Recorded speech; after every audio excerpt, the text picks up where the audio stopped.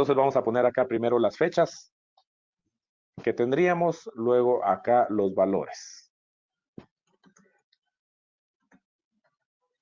Le vamos a subir un poco el tamaño para que ustedes que lo están viendo en sus pantallas pues lo puedan observar perfectamente bien. Le vamos a poner acá el formato de fecha para que podamos verlo bien. Entonces, con el formato de día, mes y año, estaríamos diciendo que para el 1 de febrero del 2009 teníamos un valor de 678.45, que lo vamos a poner negativo. Fíjense que cuando utilizamos flujos de efectivo, siempre se toma el valor de inversión con signo negativo, de lo contrario la hoja electrónica no nos lo va a poder trabajar. Luego al 19 de julio, que fue el viernes pasado, teníamos que el SP500 tenía un valor de 2.976.61 puntos. Vamos a sacar acá la diferencia en días. Ustedes saben que con la hoja electrónica puedo ponerle acá que me reste la fecha final menos la fecha inicial, lo cual si le cambio el formato me da 3.820 días. Vamos a poner acá y esto es cantidad de días. Y luego podemos ver acá en años cuánto tiempo es eso. Entonces esto es igual a 3.820 dividido 365 días. Termina siendo un aproximado de 10.47 años. Eso significa entonces que el retorno anual ha sido de, vamos a usar la función tasa, tal y como se los enseñé hace un momento. El número de periodos serían 10.47 años. De nuevo, el pago, como no tenemos ningún pago periódico, lo dejamos en blanco. El valor actual es menos 678.45 y el valor futuro sería 2.976.61. Y así es como podemos calcular entonces esa tasa de retorno anual del 15.18%. Entonces, esa es la forma correcta de poder calcular el retorno anual. Y fíjense que, y por supuesto lo vamos a hablar más adelante, pero este es el retorno medido a través de una tasa de interés compuesto, que se le llama. Entonces, ese retorno es el que se hubiera obtenido de nuevo si hubiéramos invertido en el SP500 en el 2009. Muy bien, voy a seguir entonces adelante.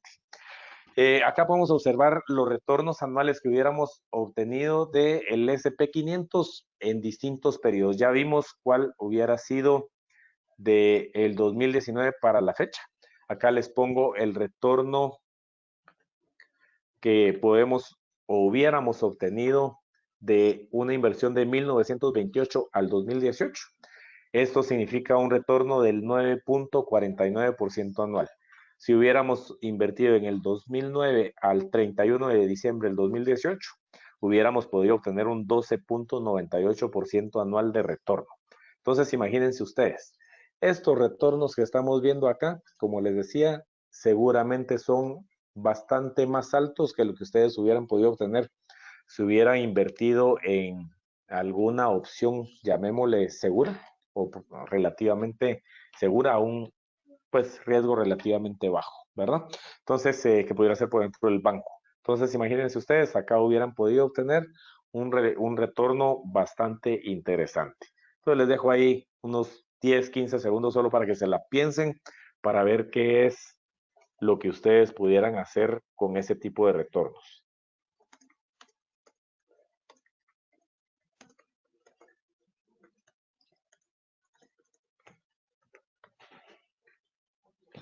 Muy bien, entonces, pues son retornos bastante interesantes, ¿verdad? Acá les pongo ahora el Dow Jones en el 2019 y cuál ha sido su comportamiento. Fíjense que acá se los pongo del 3 de enero que iniciamos este año a la fecha. Y acá les pongo también cómo es que han evolucionado acá los valores. Fíjense que el 28 de diciembre el Dow Jones, que es otro de los índices más conocidos, cerró con 23.262 perdón, 23.262.71 puntos. Y al viernes pasado estaba cerrando con 27.097.56 puntos. Entonces, como ustedes ahora ya pueden hacer sus cálculos para saber cuál es el retorno, les dejo ahí unos pocos segundos para que lo puedan calcular. Saquen la cantidad de días que han transcurrido de el 28 de diciembre del 2018 al 19 de julio del 2019. Acá tienen sus valores. El valor presente es menos 23.262.71 puntos. Y el valor actual o el valor que en ese momento estaríamos viendo como un valor futuro de 27.097.56. Eso significa que tendríamos, si lo hacemos en forma mensual, un total de 6.6 meses. Y para que lo puedan comparar con sus valores en su hoja electrónica, si utilizamos como número de periodo 6.6, estaríamos obteniendo un retorno, o si lo hacemos en años, perdón, si usamos 6.6, estaríamos obteniendo un retorno mensual, y si en lugar de ingresar meses, ingresamos años, pues estaríamos obteniendo el retorno anual. Eso significa que, y acá les pongo los dos valores para que ustedes lo puedan comparar, si hubiéramos invertido, o más bien, perdón, si hubiéramos hecho el cálculo en forma de meses, nuestro retorno mensual hubiera sido del 2.34%. Mientras que si hacemos el cálculo en forma anual, eso equivale a una tasa de interés efectiva del 31.97% anual. Entonces, de nuevo, imagínense, son tasas de interés o de retorno bastante interesantes y atractivas.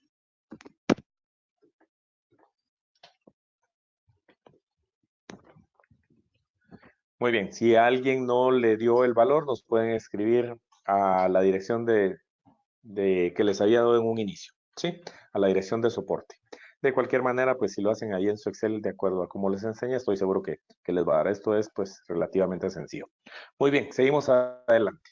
Entonces veamos ahora qué es eso de los mercados OTC. Como les comentaba hace un rato, los mercados OTC es lo que se conoce como los mercados over the counter. Eso es lo que significa los mercados OTC.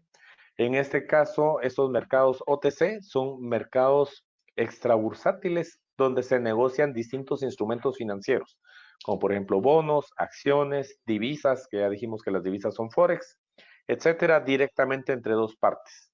Para ello se utilizan los contratos OTC, en los que las partes acuerdan la forma de liquidar o cómo se va a liquidar ese instrumento. Y fíjense que todo este tema de los mercados OTC corresponde a la interconexión de cientos de miles de computadoras a nivel mundial. Es decir, ahí estamos pensando que si yo estoy invirtiendo a través de mi broker XM y ustedes también están invirtiendo a través de su broker XM, vamos a poder estar transando con operadores de bolsa que están alrededor del mundo en cualquier momento. Y ya vamos a hablar de las ventajas y cómo podemos transar 24 horas al día y demás. Pero entonces, el boom que tuvieron las computadoras personales, posteriormente las tablets y hoy por hoy los teléfonos inteligentes, esto vinculado al tema de Internet para como herramienta de comunicación, hace que los mercados OTC hoy por hoy sean de las opciones más interesantes de inversión. Entonces veamos acá algunos elementos de por qué invertir en los mercados OTC. En primer lugar, es el mercado financiero más grande del mundo. Y recuérdense que liquidez es un equivalente a estabilidad. ¿Eso qué quiere decir? Que yo voy a invertir en un instrumento o en cualquier instrumento y por la liquidez que tienen este tipo de mercado, yo sé que en ningún momento me voy a quedar con ese instrumento si es que yo quisiera venderlo. Entonces, esa liquidez es lo que me da estabilidad y la estabilidad, pues por supuesto, a través de un broker como XM es lo que me va a dar tranquilidad para poder invertir. Diariamente en el mercado OTC se negocian alrededor de 4 trillones de dólares de Estados Unidos de América, en diferentes monedas, por supuesto, pero eso lo hace el mercado más líquido, atractivo y lucrativo del mundo. Entonces, ya vimos acá cuál es el potencial de invertir en índices, lo cual, pues, por supuesto, es uno de los instrumentos de negociación más conservadores, pero aún así, a través de invertir en ese tipo de instrumentos, podemos ver de que obtenemos retornos bien interesantes. Imagínense ya cuando estemos viendo en otro tipo de instrumentos como por ejemplo Forex. Y ya en un momento vamos a ver algunos ejemplos de eso. Adicionalmente, ¿por qué invertir en OTC? Otra de las grandes ventajas es que nos permite invertir 24 horas al día de lunes a viernes. ¿Qué significa eso? Que si ustedes, por ejemplo, por temas de trabajo o de estudio solamente tienen para poder operar en bolsa de valores por la noche, por pensar algo, entonces eso significa que ustedes lo pueden hacer. Pero si se levantan temprano para poder hacerlo, también lo pueden hacer. O si lo quieren hacer a mediodía, a su hora de almuerzo, pues también lo pueden hacer. ¿Y cómo es que se logra esto?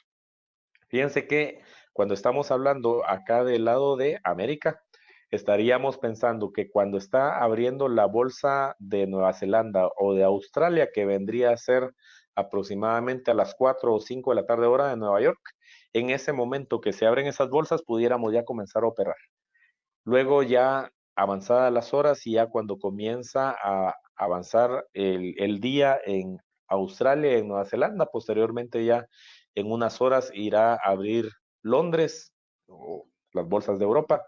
Luego unas horas posteriormente estará abriendo las bolsas en América, estará abriendo Nueva York, posteriormente estará abriendo ya unas cuantas horas después San Francisco, etcétera, etcétera. Entonces, a pesar de que ella cerró la bolsa, por ejemplo, de Australia y Nueva Zelanda, ya está funcionando la de alguna de Europa, ya cuando están cerrando algunas de Europa, ya están funcionando algunas de América y luego posteriormente algunas de Asia, de tal manera de que siempre vamos a tener alguna bolsa abierta y eso nos permite que podamos transar distintos tipos de instrumentos a lo largo de 24 horas del día, de lunes a viernes. Bueno, de hecho, desde el domingo hasta el viernes, dependiendo en qué uso horario nos encontremos cada uno de nosotros.